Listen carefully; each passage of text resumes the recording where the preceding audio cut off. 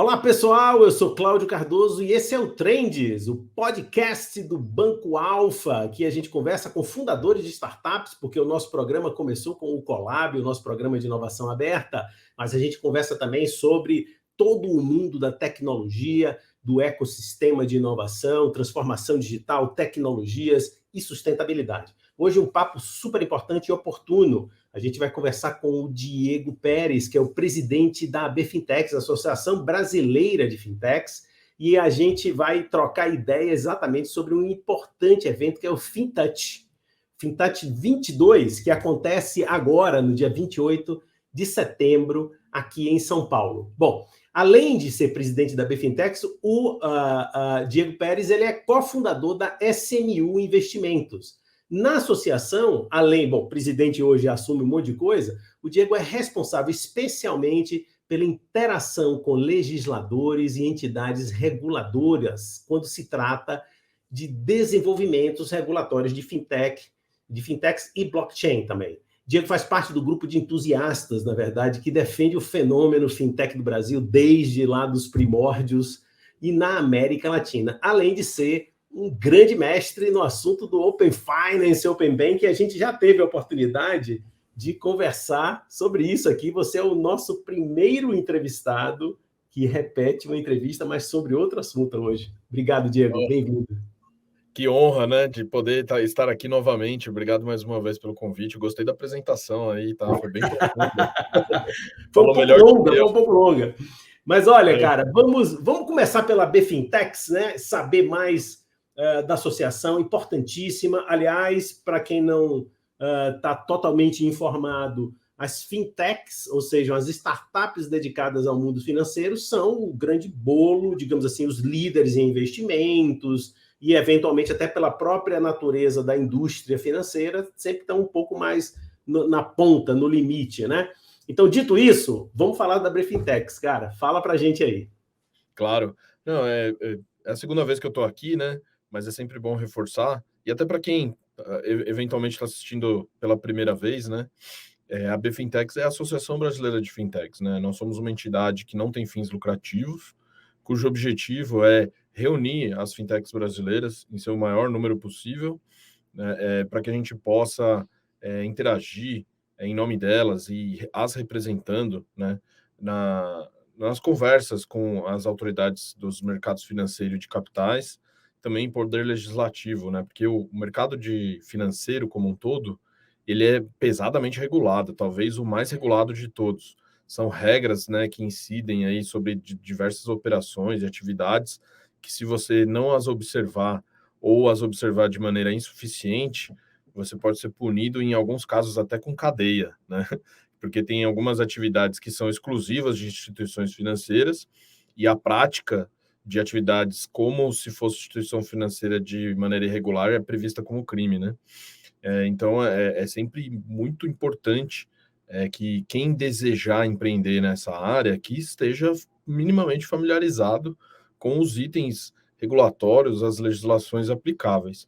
Mas, ao mesmo tempo, a nossa intenção é fazer com que essas leis elas consigam receber inovação e não brecar, não barrar, né? Facilitar para que os novos desafiantes aí deste mercado, especialmente aqueles que são que fazem uso intensivo de tecnologia, eles não esbarrem em questões regulatórias que foram desenvolvidas ou que foram impostas pelo regulador num contexto histórico em que aquela tecnologia não existia ainda, né? Ou que aquele serviço ainda não era possível em razão da falta de tecnologia disponível hoje. Então, a gente sempre busca apresentar para os reguladores e para as autoridades as novidades, o que está acontecendo, o que pode acontecer, o que pode melhorar e, eventualmente, o que já está bom. Também, às vezes a gente precisa falar, não precisa mexer nisso aqui, ó, tá ótimo, deixa assim, tá? Então, a gente faz esse tipo de análise, tá? Mas, ao mesmo tempo, nós também somos uma comunidade, né, viva, vibrante, onde as pessoas se encontram, conversam, trocam figurinhas, experiência. A gente organiza eventos, né, que nem você mencionou na abertura aqui do programa, o FinTouch, que é o nosso evento anual, que vai acontecer dia 28 de setembro, agora dia 22, onde a gente traz aí pessoas para falar sobre o que está acontecendo no mundo afora, quais são as novidades, quem são os empreendedores que se destacaram, quais são as autoridades aí que podem compartilhar aí informações e novidades que estão por vir. Enfim, a gente também faz esse engajamento de comunidade para que, uma vez você associado a BFinTechs, você possa ter acesso a essas pessoas, participar das discussões e também ter voz ativa, sugerir pautas, trazer itens que podem ser discutidos internamente e levados para essas autoridades, caso assim a gente entenda que possa compartilhar e contribuir para o sucesso desse segmento. Muito, muito legal. Bom, antes da gente ir mais adiante, porque acho que tem assuntos quentes aí para a gente analisar um pouco, aproveitar a sua presença, Diego, eu queria dizer para todas as pessoas que estão nos ouvindo e nos acompanhando aí em vídeo também pelo YouTube, que na descrição tanto do vídeo como do áudio no Spotify estão o link para inscrição no FinTouch, tem também o endereço de onde vai acontecer, aqui no Butantã, na Francisco Morato, e já pego esse gancho para comentar aquilo que você me disse até antes da gravação. No FinTouch do ano passado, em 21, que foi online, né, por conta da questão das limitações aí sanitárias, 3.000 pessoas acompanharam, né, o evento, né? É claro que presencialmente talvez esse número seja um pouco menor pela própria natureza. E evidentemente também me fale se vai ter possibilidade de algumas apresentações serem acompanhadas online ou vão ter vídeos gravados depois publicados. Conta pra gente aí como é que está esse plano e quais são as expectativas de frequência também, né? Vai reunir toda a comunidade de fintechs Claro. do país. No ano passado a gente fez online, que nem você mencionou, e foram 2 dias, né? Então, esse ano vai ser um dia só, o presencial. E no ano passado foi gratuito também, né? Esse ano não, esse ano o ingresso é pago. Mas, assim, a expectativa é que o engajamento seja o mesmo. Porque por mais que na última edição a gente tenha batido a marca aí de 3.000 pessoas acessando a plataforma online, nos momentos em que a gente teve um pico de pessoas assistindo ao mesmo tempo, né? Ali batia mais ou menos 700, 800 pessoas, né? Então, é mais ou menos concomitantes, né? Usuários concomitantes. Então, é mais ou menos esse o número que a gente aguarda para esse ano, umas 800, 900 pessoas, né? Eventualmente, um pouquinho mais, eventualmente um pouquinho menos, mas isso, a gente não está atrás de números, né? A gente está atrás de engajamento, né? De ativação, né? De apresentar aí para o nosso grupo, não só de associados, mas as pessoas que estão no nosso entorno, para que elas possam acompanhar essas novidades. Sobre transmissão online, o evento não vai ser transmitido online, mas todas as sessões serão gravadas e posteriormente a gente disponibiliza no nosso canal de YouTube, tá? Foi mais uma questão de logística, né? Se a gente fosse fazer a transmissão online, ia ter que ter um equipamento adicional, ia ter que ter um técnico acompanhando, conexão de internet e tal. E a gente gosta de fazer dentro de casa mesmo, assim, sabe? Não, vamos fazer do jeito que dá. Somos fintechs, né? Assim, são startups. Com o pouco que tem, faz o negócio que dá para fazer. Então, a gente tá com essa proposta. Mas, certamente, o conteúdo vai ser disponibilizado para quem não puder vir para São Paulo ou para quem está com conflito de agenda. Não deixa de seguir a BFinTechs nas redes sociais e no nosso canal de YouTube, que vai estar tudo por lá. Olha, uma das coisas que me chama a atenção na BFinTechs é a forma, quer dizer, o fato de criar um movimento inercial também, porque na medida em que... por que eu falo da BFinTech especificamente? Porque vocês, de fato, reúnem a grande maioria das fintechs já bem posicionadas, no mínimo, e aquelas que estão principiando também. Todas eu acho que é praticamente impossível. Mas, de fato, gerou um movimento um momentum, como se diz na física, né? De grupo que interage, faz negócio, aprende entre si, mas que gera também a possibilidade de influenciar medidas, né? Então, eu queria lhe perguntar sobre isso. Como é, assim, o seu trânsito nisso? Como é essa experiência, né? Não é uma pergunta do tipo daquela coisa incômoda. Me conta aí como são os bastidores. Não, é o contrário. Assim, como Como é essa experiência pessoal? Você ir para fazer uma consulta, como é a relação com esses grandes órgãos, Banco Central, enfim. Conta um pouco para a gente dessa experiência. Deve ser uma coisa fascinante, né? Sim, sim, é muito interessante esse processo. É uma das coisas que eu mais gosto de fazer no meu dia a dia, né? Fazer o desenvolvimento regulatório, que é buscar o que o mercado está precisando, que seja endereçado de alguma forma, reunir pessoas que apoiam, né, aquela medida, para que a gente consiga demonstrar relevância e importância, né, que não é um interesse particular, é um interesse coletivo, e levar isso para os decisores, né?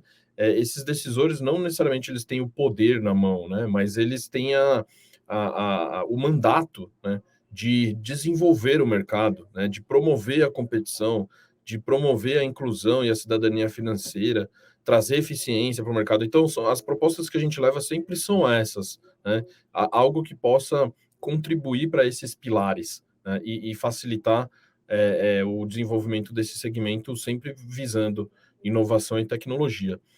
Mas o que mais me chama a atenção mesmo é a capacidade de compreensão e análise das pessoas que estão do outro lado da mesa, né? Do outro lado da mesa no bom sentido, né? Não é uma disputa, é uma colaboração, porque são órgãos públicos, né, onde tem servidores, pessoas que trabalham para o Poder Executivo, Legislativo e etc. E sempre tem aquele preconceito, né, de funcionários públicos, né, são pessoas acomodadas e que estão de olho na estabilidade, etc. Mas, assim, são pessoas que recebem uma remuneração abaixo do que elas receberiam com a capacidade, conhecimento e inteligência que elas acumularam, com um currículo grandiosíssimo. Tem pessoas que estudaram Columbia University, NYU, sabe, Stanford, que estão trabalhando para a máquina pública e que, ao mesmo tempo, tem a intenção de oxigenar, assim, sabe, trazer inovações para o trabalho público, né? Então, é impressionante, assim, o nível de discussão que a gente tem. Mas, ao mesmo tempo, como nós somos uma associação de startups, né? São fintechs, são startups que atuam no mercado financeiro, né? A gente tem, por habilidade, apresentar conteúdo de maneira inovadora, usando umas apresentações interessantes, padrões de cores, GIFs, memes e etc, entendeu? E aí, quando eu faço algumas apresentações lá, o pessoal fica impressionado, assim, fala assim, nossa, que legal, nossa, que interessante, né? Nossa, você passou a mensagem muito claramente, né? Então, eu também tento usar essa minha habilidade de comunicação em favor do segmento, né? Para que a gente possa marcar presença, porque uma vez que você marca presença, você é lembrado no futuro. E agora isso vem acontecendo com certa rotineira, de maneira rotineira. Por exemplo, tem algumas fintechs estrangeiras que vêm para o Brasil, né? E vem explorar primeiro, assim, né, o cenário, né? Deixa eu estudar e contrata alguém ou manda ao primeiro funcionário aqui da região para conversar com os reguladores. E quando eles batem lá na porta dos reguladores, falam assim, não, legal, seja bem-vindo, você venha para o Brasil, instale suas operações aqui, mas a próxima vez vem com a BFintex, sabe? Genial. Ele, É quase que. Eu não sei nem se eu posso fazer propaganda aqui, mas é o posto Ipiranga mais ou menos isso. Passa na BFintex e volta. Eles ficam até mais confortáveis, né? Porque, assim, uma vez que você tem uma reunião individual, né, com uma única empresa, né, e você precisa registrar nos sistemas públicos ali que aquela reunião aconteceu, pode passar a impressão que está se tratando de interesses particulares, né? Quando, na verdade, os reguladores ele deve abrir a porta para todos no mesmo nível de disponibilidade. Só que se ele tiver que receber um por um, vai ser difícil, né? Não sobra tempo para fazer o que tem que fazer. Então, a recomendação é sempre ir de maneira coletiva e com uma associação representando. Então, a gente aprendeu isso com o passar do tempo e estamos sendo reconhecidos por isso também. Isso é espetacular, né? Porque eu imagino que antes desse advento de startups, esses órgãos tinham relações com bancos unicamente, né? Que não, que sem nenhum tipo de julgamento, se é bom ou ruim, naturalmente são discretos, formais, naturalmente, né? Então, talvez esse frescor de uma coisa mais criativa, claro, também discreta, também eventualmente dentro de uma formalidade, deve ser um lufo de ar fresco nesse Sim, mundo, né? sim. Muito, muito. A liturgia a gente também não desfaz dela, né? Então, assim, sempre coloca uma roupa social, né? A gente mantém o padrão, tá? Mas o discurso é outro, né? A lida é outra, né? Aí depois a gente também sempre encaminha estudos que ou a gente elaborou, ou que o mercado próximo nosso elaborou, para eles também terem acesso às informações direto da fonte do que está acontecendo, para servir de subsídio, né? Porque o regulador ele precisa de dados, né? Ele precisa informações mais precisas possíveis. E quando isso vem direto da fonte, facilita muito, né? Os estudos internos para eles desenvolverem os ajustes no regulamento, tá? Mas ao mesmo tempo a gente também sempre convida para participar dos nossos eventos. Todos os eventos que a gente faz sempre tem alguém do Banco Central, alguém da CVM, alguém da SUSEP, alguém do Ministério da Economia, para que eles também possam compartilhar a visão deles, né? O que eles estão preparando, ou qual foi a experiência em preparar um ajuste regulatório legislativo recentemente. Muita coisa aconteceu nos últimos 2 anos, né? Então tem muito material para compartilhar e também para celebrar, né? Porque quando as coisas saem do jeito que precisa sair, a gente tem que fazer propaganda positiva. Fazer uma pergunta assim, mais de caráter pessoal. A turma que está próxima aí de vocês, e parte do meu trabalho me aproxima bastante da Bfintex, coloca no campo das fintechs os meios de pagamento como uma coisa, digamos assim, como uma atividade, como um nicho de exploração de negócio, desenvolvimento tecnológico líder, digamos, né? Preponderante, eu poderia dizer. Mas que outras naturezas assim têm aparecido e que têm se desenvolvido no mundo das fintechs? Conta para a gente um pouquinho aí. Eu sei que a gente vai divergir um pouquinho do evento, mas eu acho que é legal para constelar assim para o nosso ouvinte esse universo, né?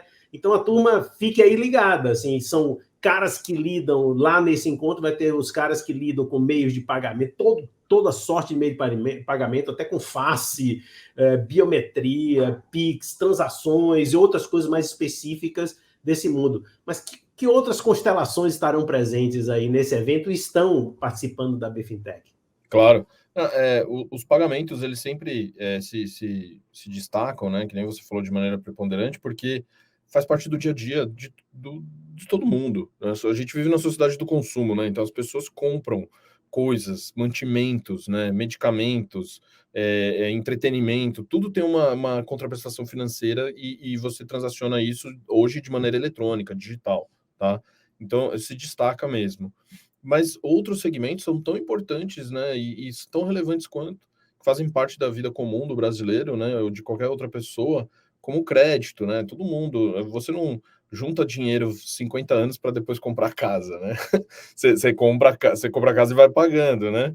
Então, assim, essas fintechs de crédito estão surgindo, né, e até se destacando, porque ou a gente passou por um período aí de ajustes regulatórios que facilitou a criação de novas fintechs, né, o surgimento de novas fintechs, tá? Mas também tem outros segmentos de nicho que vem ganhando bastante espaço, né? Por mais que teve uma pandemia recentemente, né, e as viagens internacionais, elas diminuíram bastante, agora elas estão retomando, né? E tem muitas fintechs que operam essa questão de remessas internacionais, câmbio, sabe? Troca de moedas, isso tudo de maneira eletrônica. Tem outras fintechs da área de investimento que estão se destacando muito, especialmente microinvestimento, assim, sabe? Porque existe uma camada relevante da população que não acessa os investimentos mais básicos disponíveis, assim, sabe? O produto de investimento que nem é investimento, né, que é poupança, alguns é o único que as pessoas acessam para não perder o valor do seu patrimônio com o passar do tempo, e ainda assim perde, né? Mas assim, por quê? Porque falta um conhecimento, não entende direito como é que funciona, é tudo sopa de letrinha, CDB, RDB, LCI, CRA, CRI, enfim. É difícil, né, de você comunicar propriamente como o mercado financeiro funciona. E as fintechs, elas entregam isso de uma maneira inteligente, fácil, sabe? Até mesmo automatizada. Fala assim, você não precisa se preocupar, você não precisa saber como funciona. Eu faço isso para você, mas de uma maneira assim natural, sabe? Simples, sem ficar usando muito jargão, né? Então, essas fintechs vêm se destacando. E um Sensacional. segmento que vem ganhando espaço e vai ganhar mais espaço ainda é a criptoeconomia, né? Então, assim, a tecnologia blockchain, ela não só surgiu aí em razão das criptomoedas, né? Que são ativos digitais aí que já cai no gosto do brasileiro, mas ela também é utilizada para transações financeiras tradicionais, sabe, para trazer eficiência, modernizar, uma segurança, uma camada de segurança adicional. E isso, assim, o mercado já abraçou, tá? O mesmo os que eram mais avessos a muita novidade, né, a coisa muito diferente, já estão adotando aí estratégias para internalizar a tecnologia no seu dia a dia. Bom, eu vou fazer aqui uma coisa do meio do programa, já a gente caminhando aí para mais da metade do programa, eu fazer um anúncio aqui de novo aqui, gente, para vocês irem ao FinTouch, né? Então, eu estou lembrando que vai ser daqui a uma semana exatamente, hoje, quarta-feira, dia 21, então a gente está aqui há uma semana do FinTouch, que vai acontecer no dia 28 de setembro, uma quarta-feira, a partir das 8 horas da manhã, no Rooftop, que fica na Avenida Professor Francisco Morato, 365, aqui em São Paulo. E eu vou deixar aqui não só esse endereço na descrição do vídeo e do áudio, mas também a entrevista anterior do Diego, que já aconteceu há mais de um ano, quando a gente teve a oportunidade de falar mais da SMU Investimento, toda aquela linha de crowdfunding. Você é um dos líderes disso no Brasil, uma coisa espetacular, o seu outro chapéu, né? Como cofundador, como empresário da SMU Investimentos. Eu vou também deixar o link do vídeo para quem quiser acompanhar. Mas agora, retomando, então eu quero lançar duas perguntas, tipo repórter de futebol, do gramado. São sempre duas perguntas que eles fazem, né? Então, as duas perguntas, eu não sei se vai me embaralhar muito. Uma é a questão do o real digital brasileiro, né? Tem essa história aí do Banco Central, né? Essa é uma questão que eu queria explorar um pouquinho aí, que você nos falasse um pouco, você que é um craque desse assunto. E o outro é essa questão do novo marco de garantias. Que você explicasse um pouquinho para a gente do que se trata, e eu sei que você está bastante envolvido nisso, né? Legal. Bom, o Real Digital é um projeto que foi anunciado pelo Banco Central recentemente, inclusive num evento da Federação dos Bancos, o próprio presidente do Banco Central, o Roberto Campos Neto, ele apresentou ali como que vai funcionar o Real Digital, né, o CBDC. Ele é basicamente a versão da nossa moeda, da moeda brasileira, moeda de cunho forçado, né, moeda fiduciária real, na sua versão digital, tá? Mas para que isso seja operável, interoperável, e para que as pessoas consigam fazer uso da tecnologia, ela precisa funcionar de uma maneira leve, eficiente e fácil, né?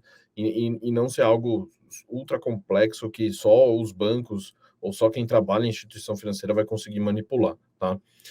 Então, a mesma dinâmica das criptomoedas, né, do Bitcoin, da Ethereum, né, que usa ali a tecnologia de registro distribuído para você circular esses ativos digitais entre as pessoas da mesma rede, vai ser aplicada para a moeda brasileira, né? Só que aí será uma moeda emitida por um banco central, né, e não por um ente privado ou um grupo de pessoas, como foi o Bitcoin.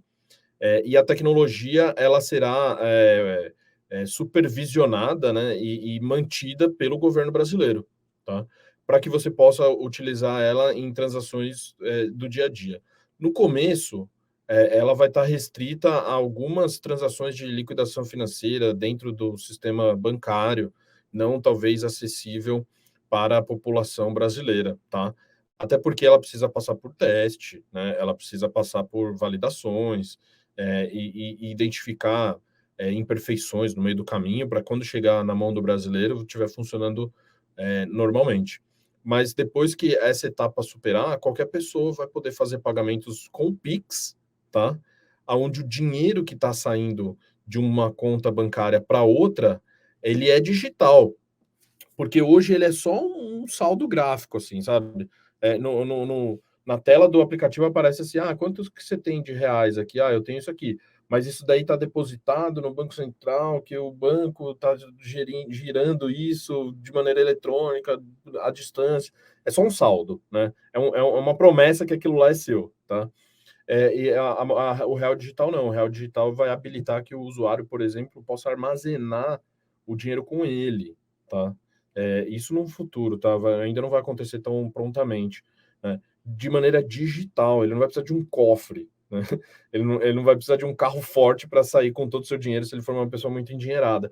Ele só precisa de um aplicativo onde ele consiga manipular esse saldo, essa moeda digital, dentro dessa nova rede. Diego, antes até talvez de você concluir essa parte e partir para a questão do novo marco, isso é inédito, Diego? O Brasil, ou pelo menos um país grandão como o nosso, é o primeiro a fazer isso? O Banco Central é o primeiro a fazer isso? Ou já tem outros países fazendo esse tipo de... Já existem outros experimentos, tá? O Brasil, ele é reconhecido internacionalmente por adotar as novas tecnologias, né? Mas ele não se destaca entre os que inovam mesmo, né? Que criam, né? Mas ele se destaca, assim, em adoção, tá? Então, assim, existem algumas micronações que são ilhas do Oceano Pacífico, outras do Caribe, ou do Oceano Índico ali, que pela sua dinâmica até geográfica e social, muito menor, diminuta, mais fácil de controlar, já fizeram alguns experimentos. Mas o mais emblemático é da China, né? A China é um país que talvez tenha a maior população do mundo, não sei se a Índia já passou, mas até o que eu me lembro era a maior população do mundo. E eles que primeiro anunciaram a moeda soberana digital chinesa, e eles que rodaram os primeiros experimentos já com pessoas físicas, tá? Então, a China ela tem uma maneira particular de lidar com as restrições sanitárias do Covid, né? E se teve algum caso, a cidade inteira fecha, né? E aí eles estavam preocupados que tem um feriado, o Ano Novo Chinês, que acontece no começo do ano, que o país inteiro se desloca, assim, é monstruoso, assim, sabe? Talvez é o maior deslocamento de pessoas anual que acontece no mundo, né? E eles estavam preocupados em o coronavírus voltar com força por causa disso. Então eles estavam incentivando as pessoas a ficarem nas suas cidades, não viajarem, né? E qual que era o incentivo disso? Eles estavam entregando moeda digital para as pessoas usarem, que só Olha, ia ser validade lá na cidade dele, entendeu? Inacreditável. Cara, como é que eu nunca li isso? Meu Deus, deve ser bastante conhecido por vocês aí do mundo financeiro, mas eu não sabia. Nossa. E aí eles também fizeram um experimento onde as loterias, né, nacionais lá, a premiação estava sendo paga nessa moeda digital já, que aí você poderia trocar pela moeda fiduciária tradicional não digital, caso você não conseguisse utilizar em determinados estabelecimentos. Mas aos poucos isso vai acontecendo, tá? Então, assim, é algo que já existe, não está sendo inventado pelo Banco Central do Brasil, não. Mas, ao mesmo tempo, o Brasil é um dos primeiros. Ele está em destaque. Aqui na América Latina não tem ninguém nem falando, assim, sabe? Quando eu encontro os presidentes das outras associações de fintechs, que a gente tem uma aliança, né? Eles ficam assustados, assim, positivamente, assim, sabe? Impressionados, talvez é a palavra, né? Eles ficam impressionados porque a gente consegue entregar um monte de coisa, sabe? Ao mesmo tempo. Mal a gente finalizou o Pix, já veio o Open Banking, que depois já virou Open Finance, e agora já tem o Real Digital. e o pessoal lá nem Pix tem. Nem assim, tem, né? Então a gente se destaca bastante nessa adoção e movimentação, assim, de Fantástico, fantástico. first Poxa, comer, tem né? sorte de lhe perguntar isso hoje, porque eu já aprendi aqui um bocado. E o novo marco de garantias? Explica para a gente o que é isso. O marco de garantias é uma medida, né, que veio buscando baratear ou reduzir o custo transacional das operações de crédito, tá? Porque no Brasil a gente tem ali ainda um custo elevado, né, para você transacionar esse tipo de operação, e muitas das vezes, para você conseguir reduzir o custo, você entrega uma garantia para uma instituição financeira, falando assim: ó, se eventualmente eu não conseguir pagar, você fica com o meu carro. Se eventualmente eu não conseguir pagar, você fica com a minha casa, né? Enfim, para que você possa utilizar isso para pagar uma taxa menor, porque se tem garantia, o risco é menor, se o risco é menor, os juros é menor. Ponto. Essa é a regra básica da concessão de crédito no mundo todo, tá? Só que no Brasil não existe muito a cultura da utilização de bens para darem garantia, né? Ou existiam até então algumas amarras legislativas que impediam de que esse mercado prosperasse, o mercado de garantias, que é um mercado, tá? Tem valor, né? Então, assim, algumas medidas foram apresentadas. A primeira delas foi uma medida provisória que já virou lei, que tratava dos cartórios, tá? No caso, é o registro eletrônico em cartórios. É uma espécie de open banking dos cartórios. Porque hoje, assim, para você registrar uma garantia, você precisa levar em cartório. Só que os cartórios do Brasil, eles não estão conectados entre si, sabe? Então, se eu deixei uma propriedade rural minha, eu registro que está no Mato Grosso, mas eu registrei a garantia em Salvador, na Bahia, sabe? Se eu for pesquisar no cartório do Mato Grosso, eu não vou achar nada. Entendeu? Só que aí eu vou lá e uso a mesma propriedade para garantir 2, 3 imóveis e algum, só que só um pode executar o bem se tiver alguma falha, né? Então, isso trazia algumas ineficiências. Então, primeiro mudou-se a lei de registros públicos para facilitar o registro e que todos os cartórios se conectem, mas também, agora, com o Marco Legal da Garantias, vai permitir que você possa usar o mesmo imóvel como garantia para mais de um contrato. E como é que vai funcionar isso, tá? Por exemplo, eu preciso de um crédito, sei lá, de 100 mil reais, capital de giro, porque eu estou montando um negócio novo aqui, tá? E eu tenho um apartamento que vale 500 mil reais. Falei, ó, eu poderia usar o meu apartamento como garantia, né? Mas, pô, eu vou travar o meu apartamento inteiro por 100 mil reais. Sendo que lá na frente, talvez eu vou precisar de mais crédito para comprar um equipamento novo para minha empresa, sabe? Por que eu não posso usar os outros 400 mil reais também, né? Então, criou-se o marco legal das garantias para facilitar que isso seja possível. Aí surgem novos agentes que vão fazer a gestão dessas garantias, tá? Que são as IGGs. IGGs é a Instituição de Gestão de Garantias, tá? Então, por exemplo, se eu vou dar o meu imóvel em garantia para mais de um contrato, eu vou numa IGG, ou a empresa que está dando crédito para mim vai estar em parceria com uma IGG, vai falar assim, ó, esse imóvel aqui está sendo dado garantia em 80 mil reais, os outros 400 mil reais e não é meu, tá? Então, se o Diego quiser contratar mais um crédito, tá liberado. E essa entidade vai fazer o controle disso. Então, se eventualmente eu deixar de pagar um banco e deixar de pagar uma outra fintech ao mesmo tempo, ele vai falar assim, ó, não, vamos ver como é que a gente vai fazer aqui. Quem que teve o primeiro contrato? Foi você, então você tem prioridade, tá? Ah, quem que fez o registro aqui utilizando a parceria tal? Não, beleza, tá tudo certo aqui.